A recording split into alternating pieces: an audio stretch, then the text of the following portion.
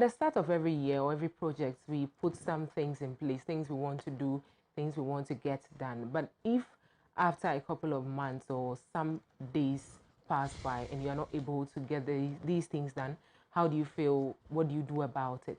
That's the same way public institutions or individual or corporate institutions in this country try to also bring up issues or projects or whatever they want to bring out into a particular year or a particular period. We have it as resolutions. This year, we've had a lot from almost all the institutions, what they want to do, what they want to perfect, what they want to do right, and what they want to actually correct.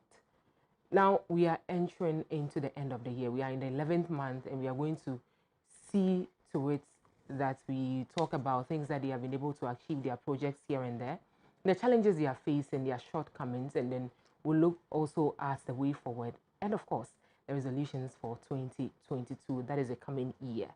I have in the studio today a rep from the National Ambulance Service.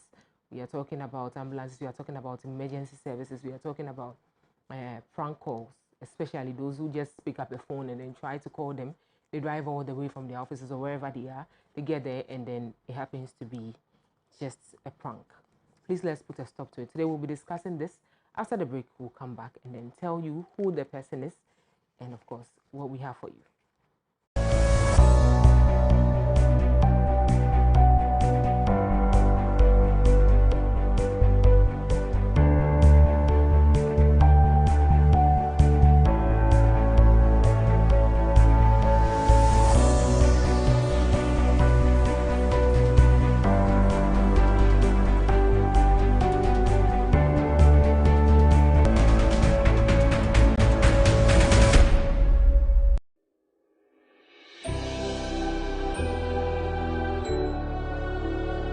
Welcome aboard the safest airline in Africa. With industry-leading safety measures to protect your well-being. The first in Africa to earn a diamond standard of safety. Offering a more contactless, safe, and seamless experience. Delivered with a smile by Africa's first fully vaccinated crew. Creating special memories that bring the joy back to flying so you can continue making memories with your loved ones. Book your flight with Rwandair today. Rwandair, the safest airline in Africa. Rwandair, fly the dream of Africa.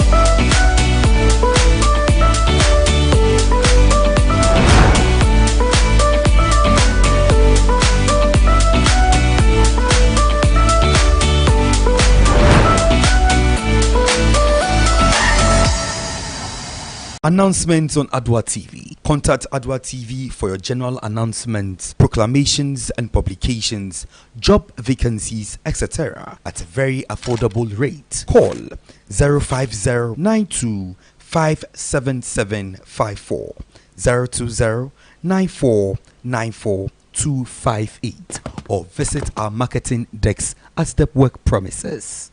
Adoatv, bringing good things to life.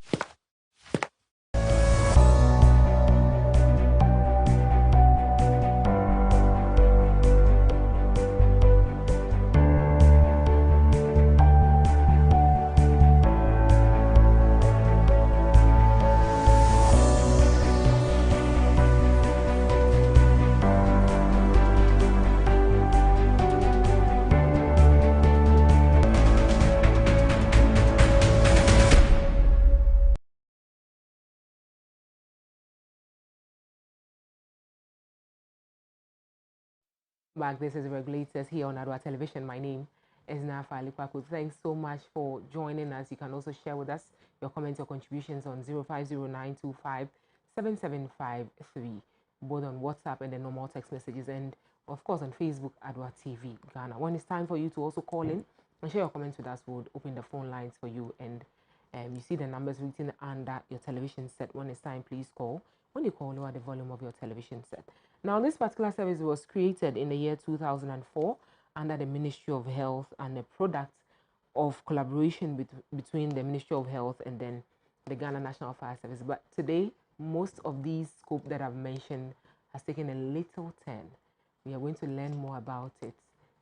We see the ambulance running here and there, and then they have to just press on the siren, and then we have to give them space on the road. Hello, Mr. Ambulance Man. Welcome. Hi, now. Good evening. Yes, I think it's almost a year we met here. Yeah. I think some few weeks were here. Interesting. Now, today have you had a chance to pick any call to get someone from an emergency situation? Yeah, that good evening. Let me say good evening to your viewers and good evening to the CEO and entire EMT fraternity. Okay.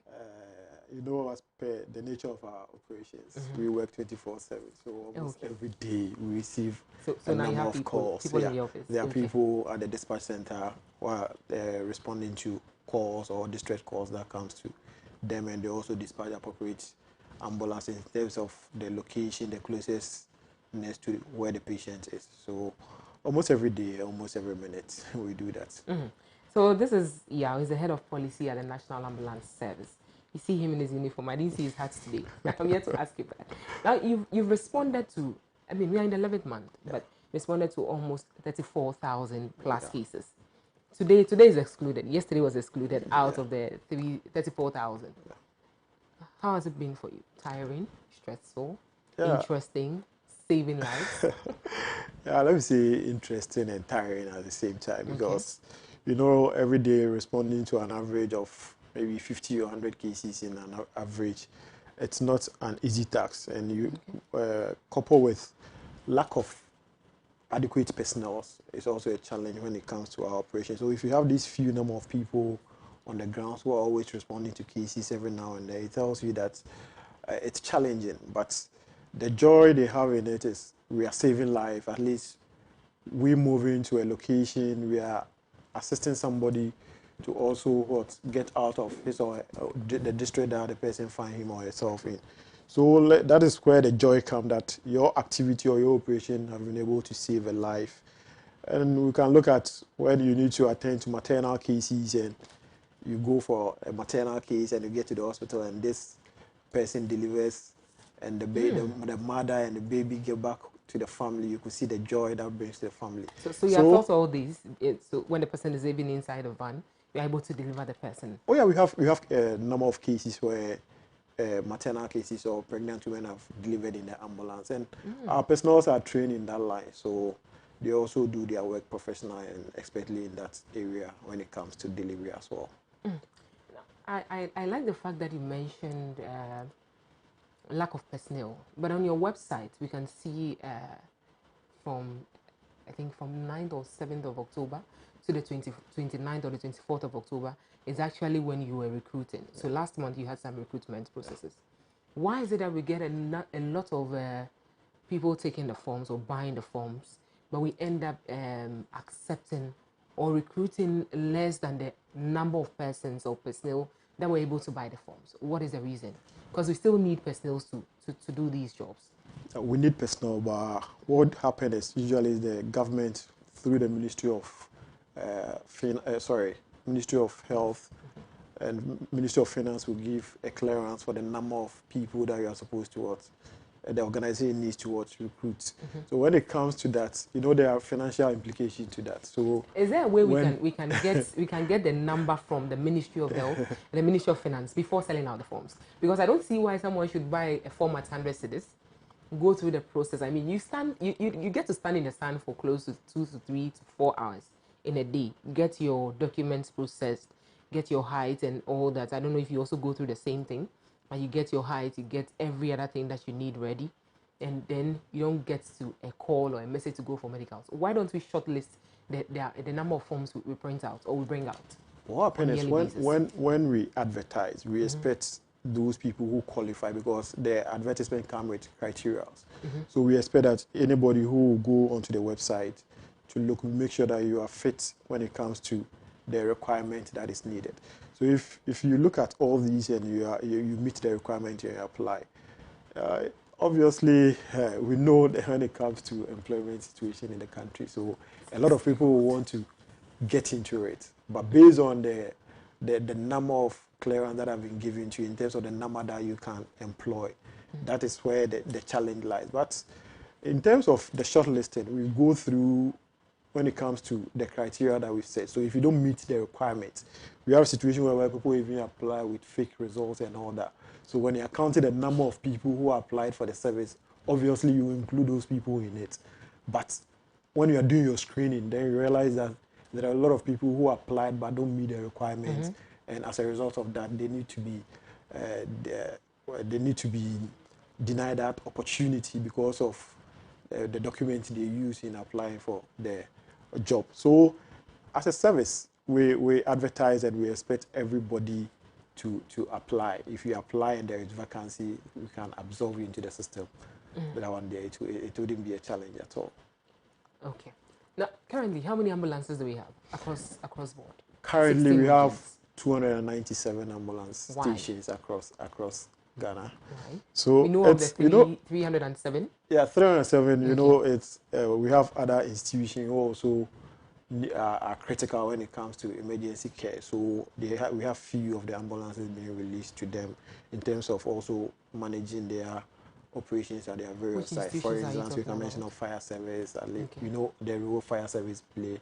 So they have a clinic, and we have to also give them one of the ambulances to be able to. So where is the ambulance situated now? It's in their training facility. Sure. Okay. So in terms of when they are doing recruitment, they are training, and people are in need of transport at least. They also, and other institutions as well. So currently we have 297 ambulance stations across the country, and with a policy of one constituency, one ambulance. There are other constituencies that have, maybe because of their location, we have maybe 2 ambulances within one constituency. But the bottom line is each constituency is supposed to have an ambulance in the constituency. So that is. And all is in full operation? Yeah, all the ambulances are in full operation, except maybe 1 or 2 that were involved in an accident recently. You know, we heard of news that a truck ran into an ambulance. So some of these things comes and is beyond the control of the personnel and even the management. So some of these things come as a bottleneck when it comes to the running of an EMS system in the country. Throughout the year, how have you been able to maintain these ambulances? Because we know that it used to be a challenge. We get into your yard today, and you can count old ambulances that are either faulty or something in your yard. I don't know if it is still there as at today, but I've seen a couple of them in your yard. How has the maintenance system been like? I mean, this current 307. Well, there's been a vast improvement when it comes to maintenance of the ambulance. And the factor being that, you know, when the ambulances were imported, we have the suppliers. They provide after-sales service, and the ambulance is under warranty. So as it stands now, all the ambulances are being maintained by the suppliers in terms of the after-sales services. And notwithstanding, as an organization, we have also put in measures in place. Initially, we had just Greater Accra and Ashanti region and the Northern Zone having workshop. But currently, it has become a policy of the organization that every region must have a workshop. So it's one of the projects the organization is currently embarking on to make sure that all the regions will have a workshop. So in all terms the 16 regions. All the 16 regions. So in terms of maintenance, you'll be within your catchment area so that the servicing will be done. And as proactive as we are, we also have a team that embark on routine service and maintenance program. They move from Accra, they move from the other regions, let's say Kumasi and Ashanti region, to wherever maybe we don't have a workshop. So we are not looking at just the physical structure as a workshop when it comes to maintenance, but we have a mobile team. So the maintenance in Accra, or the maintenance team in Accra, supplies or renders their services to those in the eastern region as well? Sure, those in Closer. Eastern, yes. So Eastern Central. Eastern Central Okay. and Volta region, yeah, okay. they also come to They all Accra. come And to the Accra. team, as I said, we have a mobile team on standby as well. So they also move to the various regions to be able to provide those services where the need be. Is this part of your expansion of the service?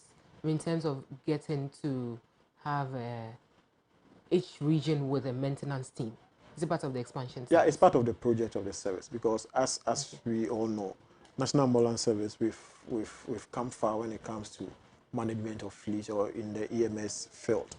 We started with just 7 ambulance stations, but gradually we have 297 ambulance stations. So it tells you the progress. Yeah, we've come a long way. So as you've come along, you also need to put measures in place. And once you are dealing with vehicle or fleet, you need to, one thing that you shouldn't lose sight of is when it comes to your management of the fleet. And the servicing is a key component when it comes to, because we always want to get your ambulances on the road to be able to provide the needed care when the need arises. And another thing we also look at, I know internationally we need to meet response time when it comes to response time. And you mean people calling and then getting the ambulance at a certain time? At a certain time. At least key when it comes to EMS. And with but that, what should be the time? The international time is 8 minutes. Okay, but Ghana? Ghana currently we are doing around 18, and it's 18 not bad. minutes. Yeah, it's not bad. It's not. Let me explain. let me explain to you. 8 to 18. Yeah. Okay. Let me explain the rest. Now you know there are factors that is beyond the reach of the service when it comes to the road network. Like the traffic situation. Sure, when it comes to those things, you know that it's obviously impact on our response time. Okay. So it's a strategy we're putting in place to make sure that with time, at least if coupled with the government trying to also help in the development of these rules and all that, and now the education to have really synced well when it comes to the work of the ambulance service. So where people feel reluctant in opening up for an ambulance to just find its way to the hospital, at least now the education has really sunk well. So we're getting a positive response from the general public when they hear an ambulance. We know people have raised 1 or 2 concerns that there are instances people abuse the opportunity, but as human institutions as we are,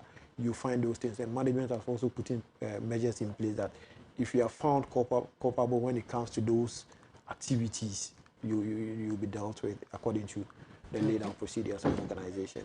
Now, one of your offices is located opposite the Art Center, right on this high street. Your office, one of the offices.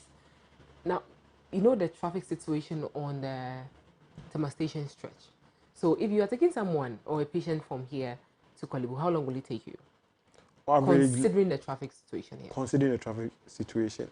As I earlier indicated, that the education has really sunk well. So when people hear, so averagely you are looking about from Tema Station to Kolebu, you are looking about between 5 to 8 minutes you should be at Kolebu. Okay. So you don't adhere to the traffic signals, right? You just move. No, we just move. Once it's an emergency and there is siren, you just have to move. But you need to also be cautious. It's part of the defensive driving that the personnel were taking through. Usually when you get to intersection, in as much as you have the right of way or maybe you are in a hurry, you need to be very cautious when you are approaching intersection so that you don't find yourself involved in an accident. Have you had a situation this year where you have crashed into an oncoming vehicle who has the right of way, but because your siren was on, you had to move through? Yeah, you know, a lot of people sometimes, maybe because they are using a condition and when the siren is on, they hardly, some people tell they hardly hear the siren. So as the ambulance is coming and it's on top speed, let me put it that way. Yeah, let's say because you tell us the speed limit. The speed, yeah, let's say if the ambulance is coming with a speed of maybe 100 kilometers per an hour, okay, it tells you that the case on board is critical. Sometimes we always advise our personnel that it's not always about the speed, but it's about the management of the patient in the ambulance. If you're able to manage the patient well, you don't need to be traveling at that higher speed. So if you're able to manage the patient while you're traveling at a speed that even if there is if anybody crosses you, you can even apply a brake, then there wouldn't be any damage to any of the vehicles. That is fine.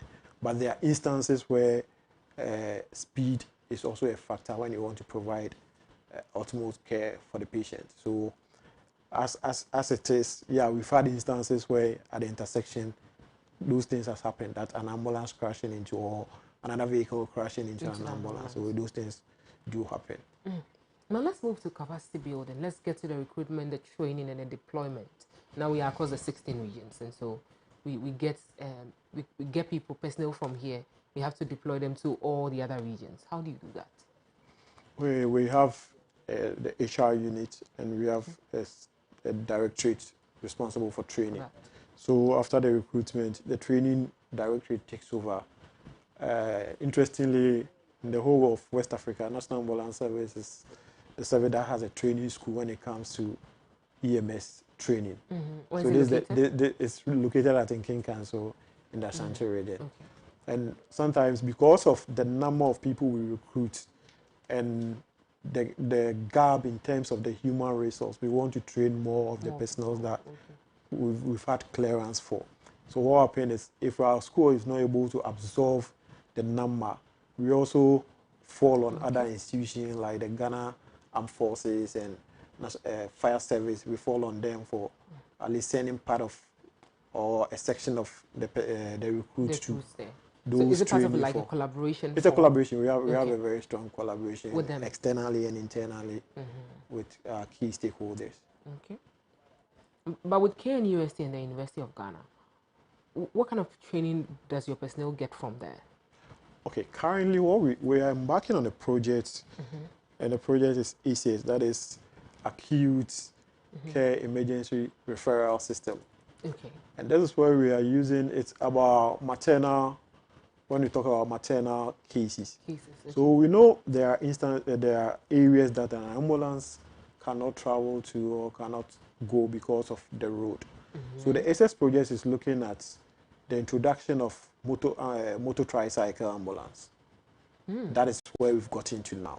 And this is a program, it's an external program we are doing with USAID and Catholic Relief Service. They are the lead agency when it comes to such a project. So we are piloting such project at Nkwanta in the Oti region and Gushegu in the northern region. So we see Volta in the north. Volta in the north. Okay. So these are the two regions that we are doing the piloting. Okay. So how's it going? It's going well. We just left Nkwanta and Gushegu about last week. We went to train the motor tricycle drivers on how to at least go when it comes to management and also responding to cases. We took them through series of training, and it really went down well. So this project, as I said, is a collaboration between the USAID and Columbia University. So there are external partners in there. And the objective is we need to be able to reduce maternal mortality. So where an ambulance or where patients are feeling reluctant to go to the hospital, and because there is no ambulance or there is no any means of transport, this motor tricycle serve as a bridge. So when they pick the patient, and if the patient condition is stable, they can send the patient to the nearest hospital.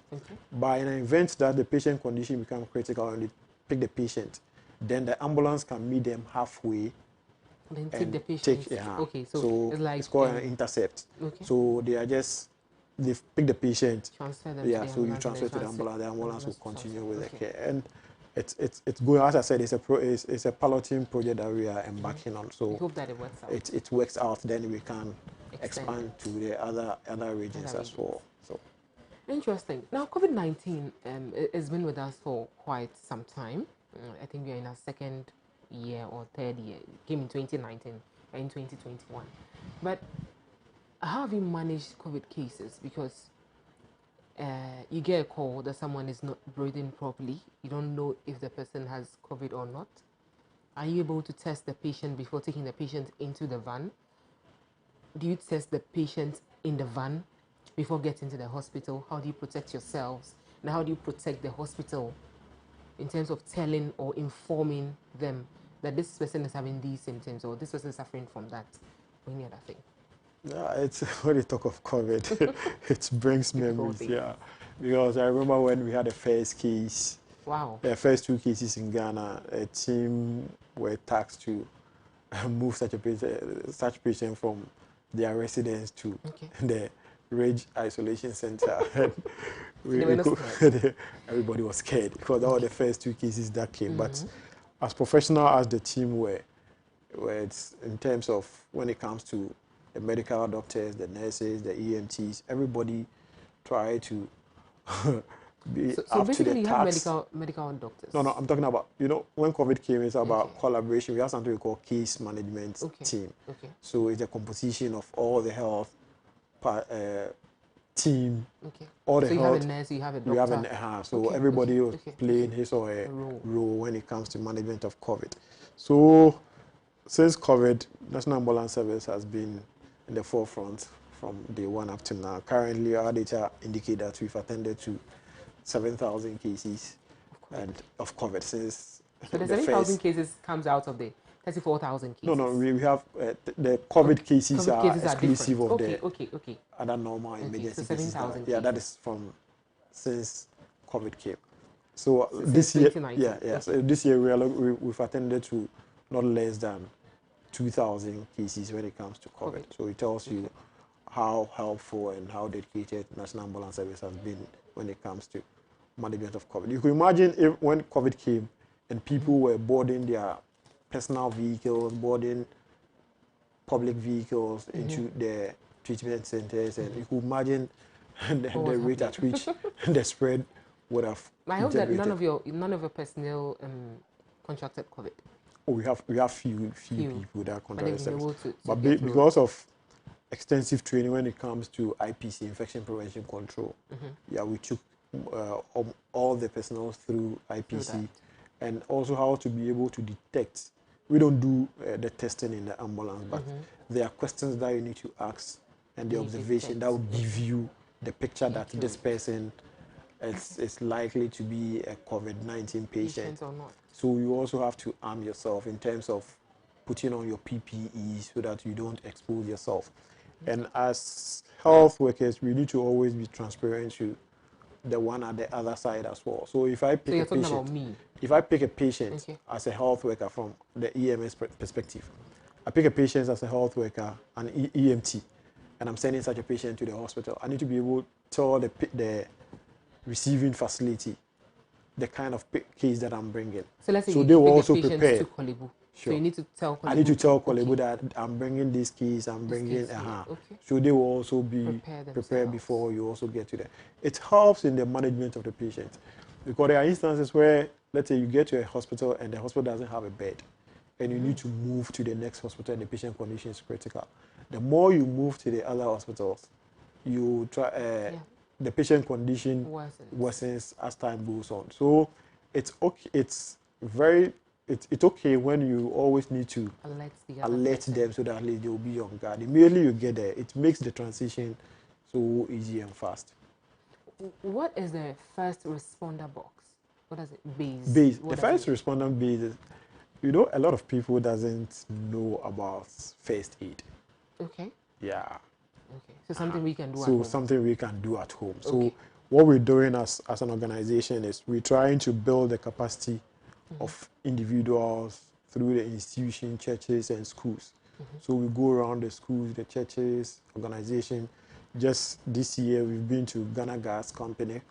We've also trained a Ministry of Information on first aid and other agencies. So at least you can come train us here. We are always available when you call on us. So that is what the program we are doing this year. When we expect to also open up next year as part of our projection. So at least we'll be able to capture a lot of people into that net. Because the moment most people get to understand first aid and how to manage basic first aid, you try to reduce the tendency of people calling the ambulance. You can call the ambulance, but at least you've been able to do something. Let's say somebody falls or somebody's having difficulty in breathing. What you can do. What you can do, how do you even sit the person, or how do you even lay the person? All these things are key things that at least everybody must have this thing at their fingertips.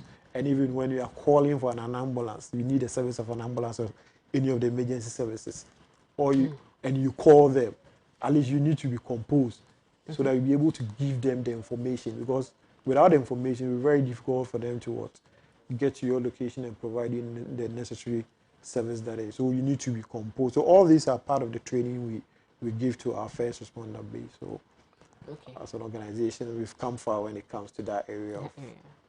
Thank you very much. But I think we've also sorted out some of the challenges that you have in terms of the human resource gap, that is a personnel aspect, inadequate allocation of funds that limits us into, recruiting more personnel. And now, personnel, sorry. Let's look at the prank calls. But before we come to the prank call, I know that you have surveillance screen and a monitoring system that is monitored by the CEO. I don't know how you do it, but you have to tell us. But our phone lines are activated. Please call when you call, lower the volume of your television set. So how do you do this? As part of the expansion projects, the more, as we have more fleets, we need to be able to track their operations. So all the ambulances have trackers in them. Then we also need to have a screen at our dispatch center. So all the 16 regions, as part of this year's project, we've mounted screens in all the surveillance screens in all the 16 regions, so that if you are dedicated when it comes to that the screen. So you sit and you monitor. If you are dispatching an ambulance, you know that I'm dispatching this ambulance. If you call, if an ambulance gets to the hospital, you can see that the ambulance is at the hospital. When it's returning back or it's ready to respond to another case, you see all these. So that is the interesting thing when it comes to the screens that have been mounted in all the 16 regions. And as part of the monitoring mechanisms too, the CEO himself took the opportunity to go to each station in the country. So across all the 16 Across all the 16 regions. So all the 297 stations have been visited by the CEO and the monitoring team. Yes, they did that. We ended that activity last 2 weeks.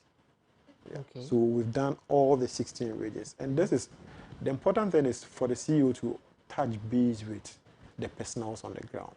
Because we don't see, as a CEO, you always sit in your chair, you don't know what is happening. It's all about paperwork and all that. But he went down there to be able to see. There's a caller. Hi, good evening.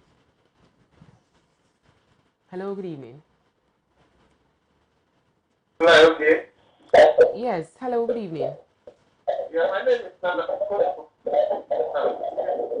Hello, I can hardly hear you.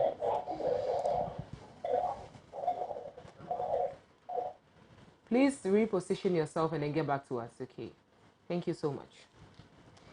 So as I said, the CEO went down to the people to find out their challenges and things that could be done to help them. And when you go to certain stations, you feel for them, because it's a new service we are expanding. As I said, we need all the relevant, all the key stakeholders. When it comes to provision of office accommodation, we expect the district assembly to help in that state. But there are instances where you get to the community or you get to the station and where the personnel are as an office, using as an office space. That's not anything to write home about. Okay. All right. Thank you very much. But we have a caller. Hi, Adams. Thanks so much for joining us. Hello, good evening, madam. Yes, good evening. Please, I'm calling to congratulate my boss. Okay. For doing work for Okay. Mother. EMPs, we are saving a lot of lives in the country. Okay. So I take support for the teaching and the deciding about the whole program that we are doing. It's a very great work that we're doing. Okay. Especially for the public, the national ambulance to grow. Because without them, we cannot save lives. And without we too, the people cannot live. It's a teamwork. So we are appealing for all public organizations to come to the aid of the service and help us to expand and reach all the communities. People who are lacking the opportunity, people where there's no good food, so that we can assist the areas and save lives. All right. Thank you so much. Thank you. Hello. Good evening, Samuel. Hello. Hello. Hello, Samuel. Hello. Okay. So now let's come back to the prank calls. The police service is 191. The fire service is 192. The ambulance service is 193. But there's a unique number that you call, and it can directly be sent to you concerning issues. Tell us that unique number. Currently, we've gone beyond the 191 and 192. Okay. Currently, we are all using a unique number, which is 112. 112. So if you call the 112, it goes straight it goes straight to a team. If it's in relation to police, they transfer it to police. Okay. If it's in relation to fire service, it's been tried. If it's in relation to ambulance, it's been transferred. So if I call 193, it doesn't go through. No, it doesn't go through. Now people think when you call 112 it's for national ambulance. Interesting. Hold on. Hi, good evening, NS. Thanks so much for joining us. My name is Wanda. Okay, thanks so much for joining us. Kindly go ahead. Wait, I want to know whether their form is out there. Oh, okay. We do also answer that. Yeah, we just it's ended. It's ended. We just opened for advertisement, but it's ended. So he needs to come back next year. He needs to come back next year. That is if we are going to get clearance to recruit. So we'll probably get clearance so that next year we can make it. Does it come around the same time? Yeah, it comes out, and we always advertise in the dailies. Anytime, okay. Right. So instead of the 191, 192, 193, currently we are using 112. Okay. But so let's take it out of our mind. As I said, people think when you call 112, it's for ambulance. That is not the case. Okay. It is for all the emergency services, police, fire service, but if it needs to be directed to ambulance, it will direct to. So those, and I want to use the opportunity to educate people. Usually when you call a line, when you're in distress, they want to interrogate you a bit. And when they interrogate you, let's say now it's interrogating you, now you get to know that the call is in relation to ambulance or fire service. Okay. So when the call is also being transferred to fire service, they will also want to get it from you. Then they can help you when it comes to your distress call. But people don't seem to buy into the idea of like they see that there's a delay here. But it's important, as I said, if I'm asking you about your location and you get that you can't find me. If I'm asking you about your name, and so it's all and moreover, the information we are asking is for your own good.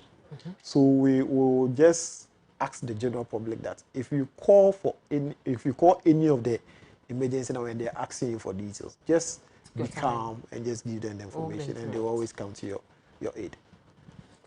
Okay. Hi, good evening, Eric. Yeah, good evening. Yes. You're calling from the northern region, if I'm right. Yes, please. Okay. Kindly go ahead. Yeah. Please, I saw your message on the TV, and I'm very interested to join you people. What's that? Please come again. Yeah, oh, okay. I think that the time has elapsed.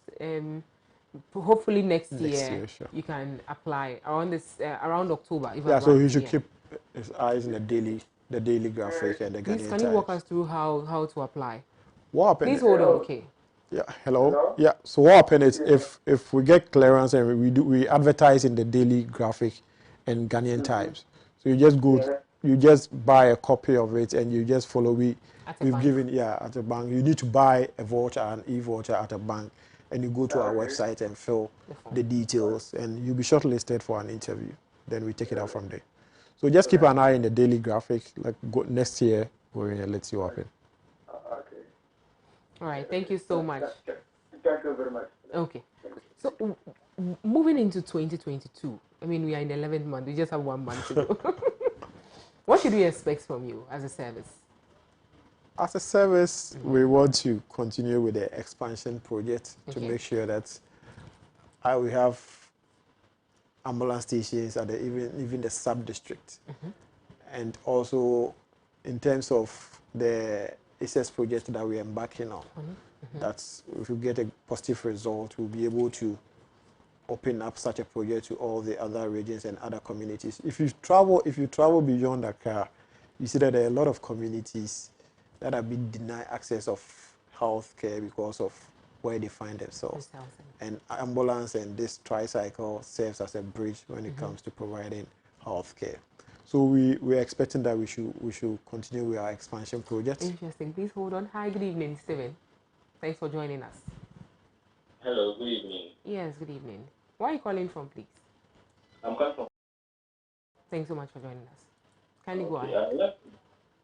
I'd like to make a national bank book for the are doing for Father now. Okay. I've got some consultation about the service charge and the service not charging.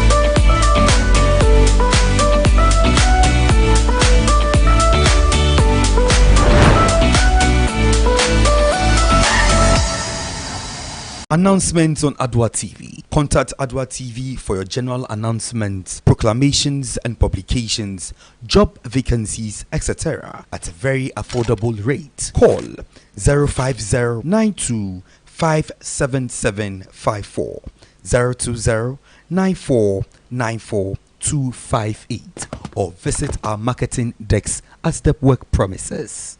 Adoatv, bringing good things to life.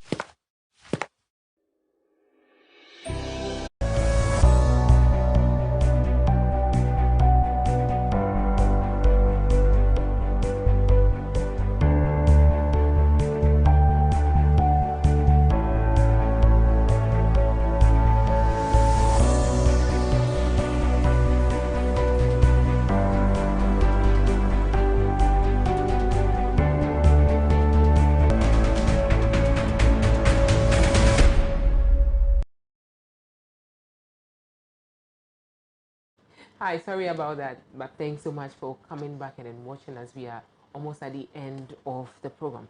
Now, you were talking about expanding certain projects, but would there be a time of our lives in this country that we can get 2 ambulances for each constituency instead of the one? Oh, it's possible. It's possible. Yeah, it's possible. So we are looking for we've given more that ambulances next year. projection to Ministry of Health, and we know that they are working on it, so that next year we'll even get additional ambulances. Like 200 more. Sure, it's possible. And one interesting thing is we also, as part of our projection for next year, we have external collaborators with North Dakota and University of Florida, where we have some of our personnel undergoing paramedic training over there.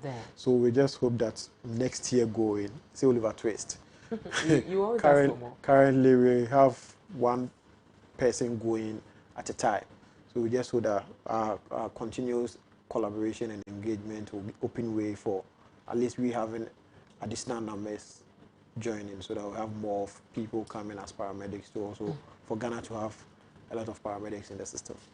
Which other department or agency or institution are you trying to partner or to go into a collaboration with? Before you answer that, I have a caller. Hi, good evening. Hello? Hello, good evening. Yes, good evening. Thanks so much for joining us.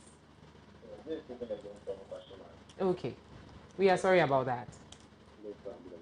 Okay. I wanted to find out, over the years, there was this news that the service, National Light Service are going to charge for patients.